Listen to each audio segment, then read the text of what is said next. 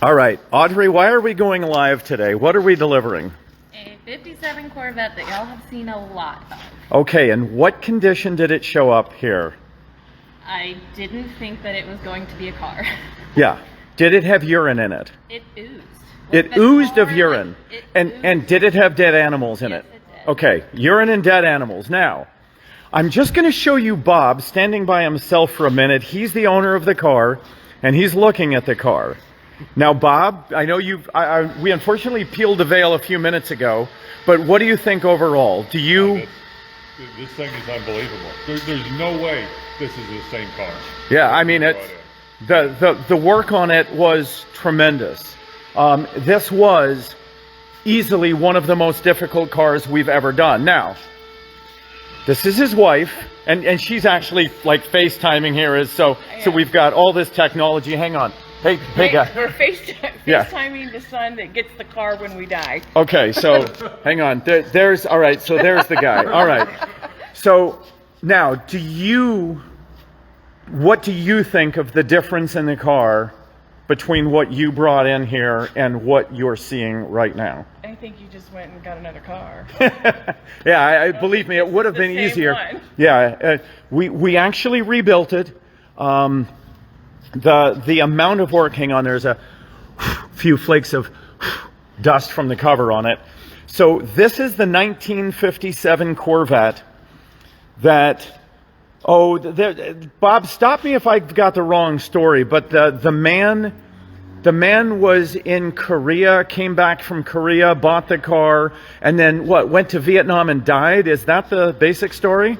No, his son, he put the car up, told his 16-year-old son, don't ever touch the car, to which I think that probably lasted till he made it out of the driveway. And so the son had done a lot of heavy modifications to it, as we're told. The guy came back from Vietnam, found all the things, put it on a trailer. I think he was in California, shipped it up to central Illinois, locked it in a barn, and it sat there for at least 45 years. On the trailer, it was taken to Illinois in. Okay. So when a tree had grown through the doors of the barn and the loft, so they had to cut down a tree, pry the doors open, and the trailer and the car had sunk into the dirt inside the barn. Okay. Now, they had to winch it out of the... I'm just going to correct a couple things that we didn't agree with on the story.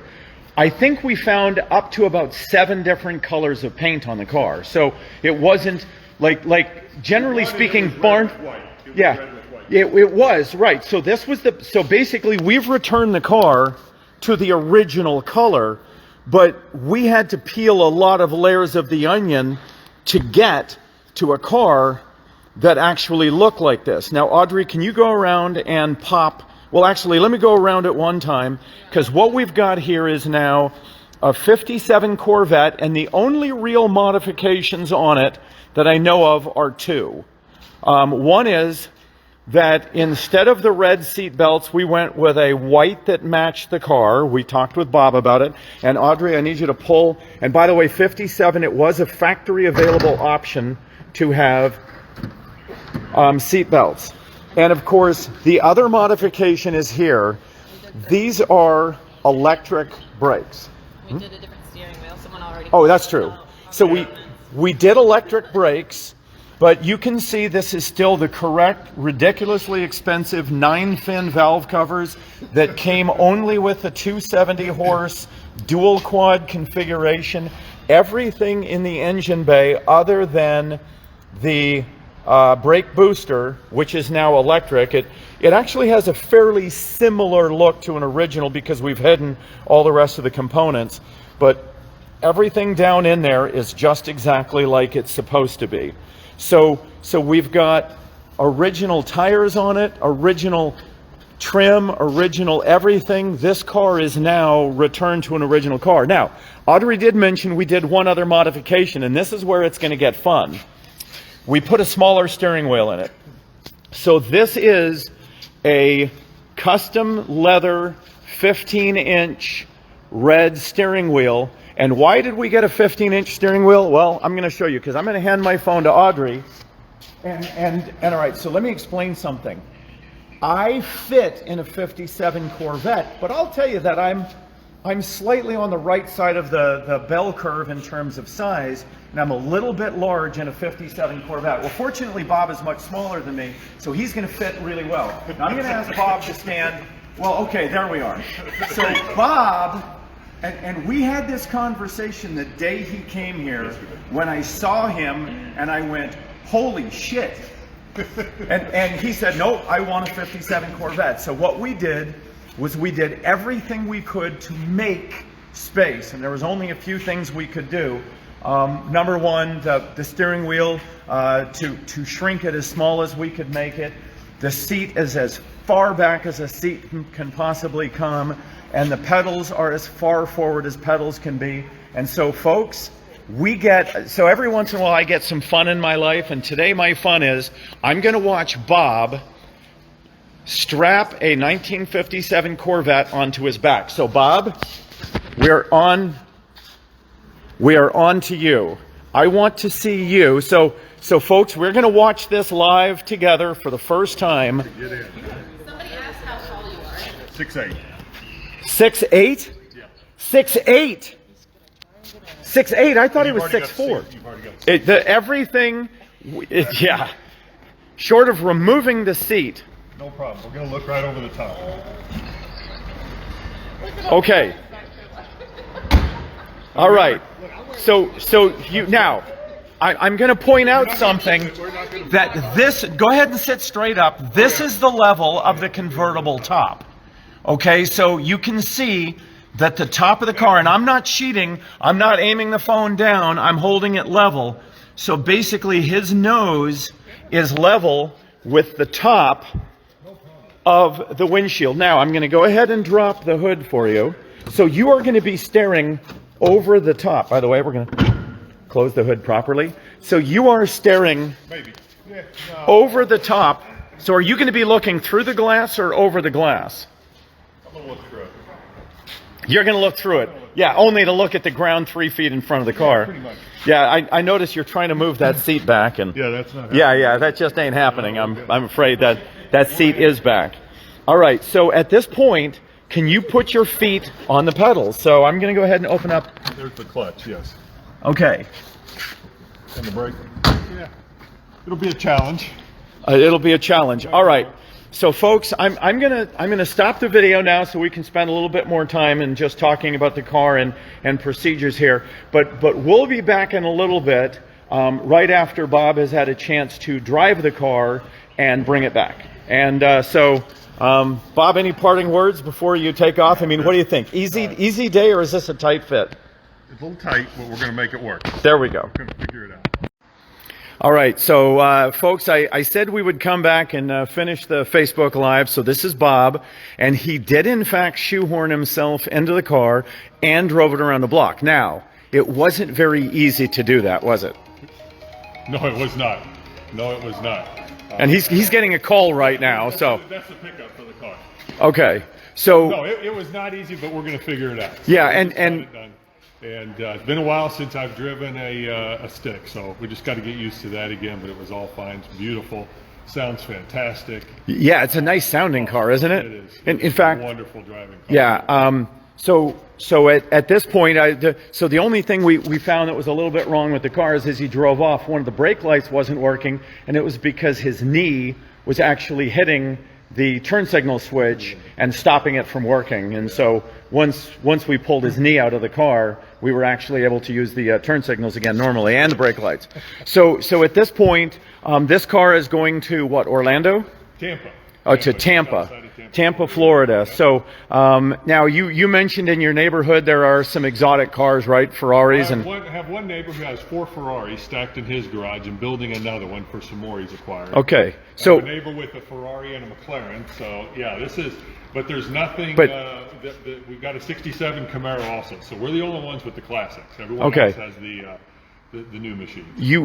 I would venture a guess that you will rarely ever run into anyone with a car, especially, an early vet like this, that's as nice as this one. No, I mean, this. And certainly not this color and everything about it with two carbs. It's beautiful. And be honest, and look, Bob, I opened myself up for criticism when I asked this question, but is the car not as nice as you had hoped, about as nice as you had hoped, or nicer than you had hoped? Oh, this exceeded every expectation that we had. I mean, this is magnificent. I can't use enough words to say how good it is, how pleased we are. The kids are just over the moon, waiting to get home and go for a ride. Yeah. So, if nothing else, we've already decided my wife will drive me around in it. I guess I'll have to be a passenger while she drives if I can't figure out how to fit in it. Yeah, and that just might be the We're case. gonna find a way to do it regardless. So, folks, this is the cockpit of a '57 Corvette, and for those of you who haven't heard my spiel on the '57 Corvette, you have to remember it was the first car ever in production to hit 1 horsepower per cubic inch, and it was the only American car in history to be the world's fastest car the year it was produced. So, in 1957. If you owned a '57 Corvette, there was nothing ever produced on the planet that was as fast as the car you owned. So for me, being such an iconic piece of history and such a gorgeous car, here, we'll just go ahead and set that down. Folks, when you see a car that looks like that, and was also the fastest car ever produced at the time it was produced, it's pretty hard to beat that. So with that, we're going to say, Bob, they're waiting on their transport, so it's going down to Florida actually in the next hour. Oh yeah, the guy is here. He's ready to go, and we're going to have it at home tomorrow. Okay. Okay, so the man's opening the trailer. So at this point, Audrey and I are going to walk around the shop and say hi to the guys and see if they're screwing off or actually doing some work, right? All right, so I'm going to clean my lens here because I think I've got a dirty lens. All right, so we're going to look at Beck here, who looks like he's scratching up cars more than he's doing anything else. Are you in fact scratching up this car? No, I'm... You're not? Nope. You're not show me the instrument in your left hand. Well, technically I'm gouging out. Yeah, so it's a dental instrument, and are you gouging out the paint? Yep. Why are you gouging out the paint? So we can fill up the spots. Well, it's because I told you to, right? Well, yeah. Okay, so in the end, are you a believer that that's going to fix this paint? Yes. Okay, so he's a believer that by gouging out, and that's exactly what he's doing, he's gouging chunks of the paint out so that we can fix it. I'll actually do a video on that process so you can see, because for a lot of people, fixing old paint is very tough. It is time consuming, but this MGTD that had lots and lots of problems, and I'll just show you just some of them. Look at all of the, I mean, this was all paint that had peeled and flaked off and actually curled up, multiple layers of paint. When we get done with it, it's going to look like a new paint job. We've already done most of the work on this 240Z. All right, so we're just going to go see what Heckle and Jekyll are up to. Oh, that's. Oh, okay. They stole. Yeah. Whose light is that? Me? Yeah. Oh, it's her light, but I'm using it. So it's her light. So you guys, I mean, does that make you feel a little bit less like tough men when you're borrowing tools from girls? I'm a tough girl. I mean, she's a tough chick, but still, you're borrowing tools from chicks. So how goes the battle? Pretty good. Pretty good. That's said with all sorts of confidence. It's Friday. So. Yeah. Are you screwing it up or fixing it up? Fixing it up. You are. Take a look. Yeah. Well, I want to see it when it's done. I mean, it actually works and everything. yeah, I want to when the window goes up and down and things work, then I'll look at it. All right, and we got Josh up there, and if OSHA is watching, that's actually a mannequin up, standing on the edge of the door. Why aren't you using the ladder? It was much faster to just do it. So did you have to? All right, he's probably going to be dead in the next hour, and if that's the case, OSHA, he ran out in front of a car. Hang on, we got Johnny here. So Johnny, what are you working on today on the Stearman? So Johnny's working on the Stearman back there. What are you doing? Putting on the panels, and I just modified the oil according to technical service. Okay, I was online and saw it, so I was modifying the oil cap and that had to be a certain way. Okay, now you'd asked me last week about a special wrench. Did you get me a picture of a wrench or get me a shortcut to it? I communicated with the museum, and he said, "Oh, it's easy enough to do. We don't have it." I said, "Well, I felt like saying, well, hey, come on, if you're feeling froggy, come help me." Yeah. That's where we are. Oh, We're it's still famous working- last words, still right? working on that. Okay. All right. Well, Johnny, thanks for coming by. And by the way, Johnny is not here every day because most days he's out saving lives and being like a superhero. He has his cape. He takes off the cape when he comes in here. All right. So the wall of engines is still here. Yeah. Hang on. I'm going to read a few of these messages as we're transiting to our next time. All right. Lots of work going on. Yeah, I miss you guys on TV. David Noss. Oh, you got t-shirt. Awesome. Thanks. Hey, anybody who needs tchotchkes and look at this. We walked in and found Will working. Normally he's in here sunbathing. We find him in a Speedo underneath the heat lamp, but it looks like he's actually working now. This Camaro, was it in great shape when you started on it? No. What do you think now? Are you getting pretty happy with the results? Pretty much, yeah. Yeah. You getting excited about getting this car painted? Yeah. And how far are we out from paint? We're just going to see if Will's got a good appreciation for how many hours are left. I can't tell you. Take a guess. How many hours? Another what? 100 hours? That's actually not a bad guess. That's exactly what I was going to say. Good job, Will. I'm sorry your partner in crime is gone. She's taking care of her family today. All right, so this is something that is exciting to me. Hang on, echo! You guys hear that? Echo! So this is Covidiocracy. At this point, Mike Mojica has broken his back. The ceilings are all power washed. Our mural background has started. The floors are all getting stripped and power washed. And soon you will see the coolest survival equipment in the world in this room. So folks, we're not more than, I think 60 days out of having that place actually put together with a bunch of survival gear in it. All right, so we're back here in the maintenance section. And David, I don't know, he's probably working on something from home. What are you working on? Master cylinder for my Harley. Master cylinder for your Harley? No, Actually, that's what oh, folks, this looks a lot different than it did just a few hours ago. Yeah, it's So- come together quite nicely. So quick, give a 1 minute history or less on what a Rickman is. It was a kit bike that you could buy mid-70s, and you pretty much chose what motor you want on it, Kawasaki or Honda. Oh, okay. And which one would you have chosen? The Honda. Why the Honda over the cow? I don't know, I just like Hondas. Okay, so I'm partial to Hondas. yeah, what's interesting is this, my very first machine, my dad let me buy when I was 14, was a CB750K. So this exact engine. This is an E. Oh, but that's an E? really yeah, last year the kickstart. Okay. All right. Very cool. Yep.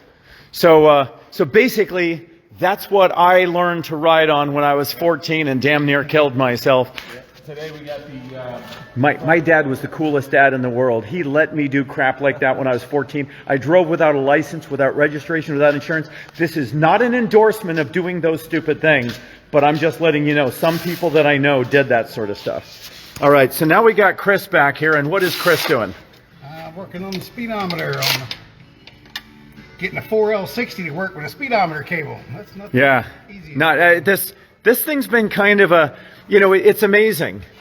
Would I be correct in assuming that it took less time to put the engine in the car than it does to get the speedometer functioning right? Yeah. It's like a Corvette clock. Yeah. You know. You had to bring that one up, didn't you? Yeah. There's a reason he brought that up, because Corvette clocks are the bane of my existence. You can fix them 5 times and have them running for 2 weeks in a row, and then you stick them in the car and they just go screw you.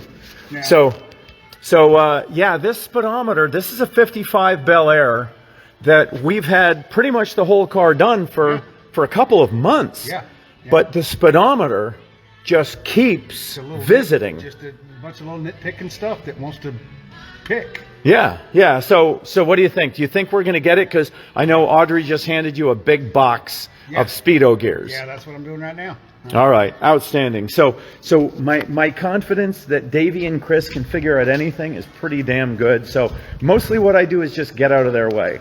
All right, so more cool cars. This one's about to go home. Yes, the blue tires don't belong on it. We will actually turn those white again when we polish up the car. And folks, I will never write in the dust, but I just want to show you, this is what we deal with here every day. You can detail a car on Monday, and by Friday it looks like it's been in this shop for 6 months. The dust is just horrendous. All right, so walking through our dark machine room, because right now our machine shop, we don't have anyone working in it at the moment because the guys are out doing other things. But that's it. I just wanted to say hello to you on a Friday. I wish I could say hi more often. And I'm going to go out here and answer a couple questions. What about the red GTO? Oh man, what a nightmare we're having with the red GTO. The engine in the car was bad when it arrived here, and we've had the engine out, and it turned out the engine was not good enough to even rebuild, and so we had to go find original 1964 GTO block heads, everything else. We finally got it, all the parts, and now we're looking for the final assembly of it, but we're almost there, so I'm praying we're going to get it back soon. The C-Cab from the TV series, yeah, it's a beautiful old truck, 1914 Model T. Anybody, so Rich from New York, hello, how are you? Matt Wegman, ever work on a Crosley? Yeah, we've worked on several Crosleys. Are you guys still doing tours? Are we doing tours? No, because we hate people. We hate, and mostly it's Audrey. Audrey is mean. Folks, you might think I'm kidding, but she's mean. So that's why we're not doing tours, because she was pissing everyone off. Lowell, love you guys. Hey, thank you so much. Love you. Keep in touch. Adam Clark, Asheville, North Carolina. Beautiful town. Hi from Ohio. John Davis. Allison in Florida. Sydney, Daniel Haskins from Sydney, Australia. Thanks for stopping in. Terry Jones, Kevin, Jeff, Robson, Manny. All right, folks, look, thank you so much for tuning in. And as we start working on these EMP certified vehicles and doing some of this cool testing, we'll bring you guys into the fold and sort of let you know how to prepare in case things go real bad. But folks, for those of you who don't know, I'm doing everything at this point to get ready for what to me feels like an economy that just keeps collapsing in on us one day at a time. So thanks, God bless, appreciate you coming over, and we will see you soon.